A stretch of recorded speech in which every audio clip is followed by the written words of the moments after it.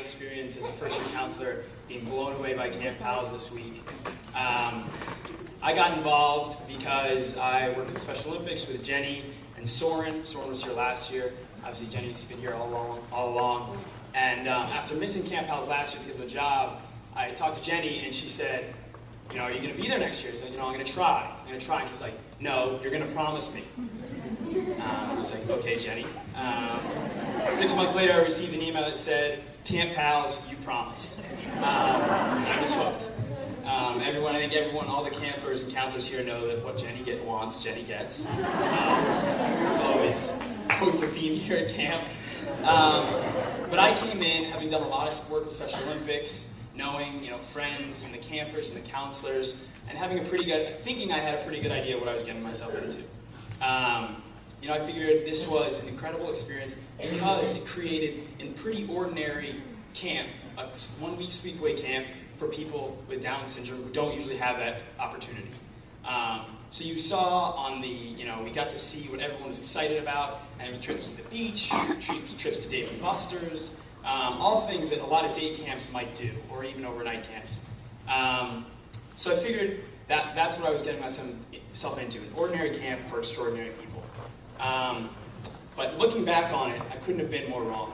The activities were, for the large part, kind of common camp activities, but every single one of them was made absolutely incredible by the people that sit before you.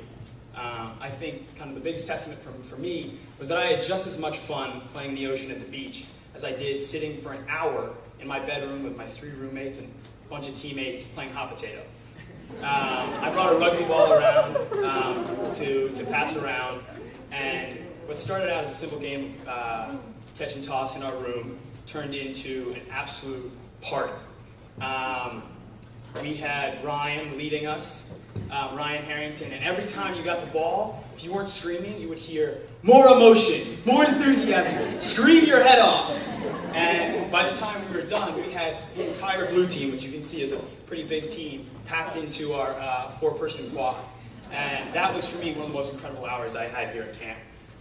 So I thought it was really indicative of what the people here bring. It's really not about the activities we do, it's the people you see before you. But I thought that in many ways, what was incredible was to see that it wasn't the disabilities that, obviously the people here are not your normal camp. Nowhere in the world will you find a camp that looks like this. And most people would attribute that to the fact that half of us have Down syndrome. But the incredible thing was that what made all these activities, all these experiences incredible, were the abilities that all these people brought. And I've experienced it all week, incredible displays of sincerity and honesty like I've never experienced in my life.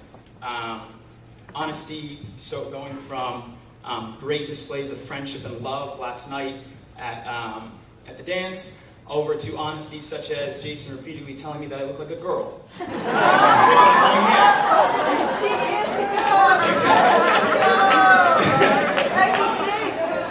Most people aren't honest enough to tell me that. But I think, at least for me, what that brought was last night, it was incredible, but the whole week, the most incredible concentration of happy people that I've ever seen in a week.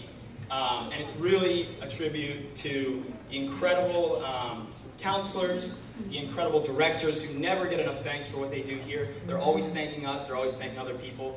They have done phenomenal work, they never sleep, they never cease working to make sure everyone else is happy. It's an incredible tribute to you parents. Thank you for letting us hang out with your daughters and sons, letting us play hot potato for hours on end. It was an incredible experience for me. But thank you the most for the campers, for sharing with us your honesty, your sincerity, your incredible happiness. And lastly, I just want to thank my camper, Jason, who, for all the cracks, and for every time we didn't necessarily see eye to eye, he's threatening a shark attack right now in the front row. But he made my week what it was. And so I just want to thank you, Jason, and thank you all for being here.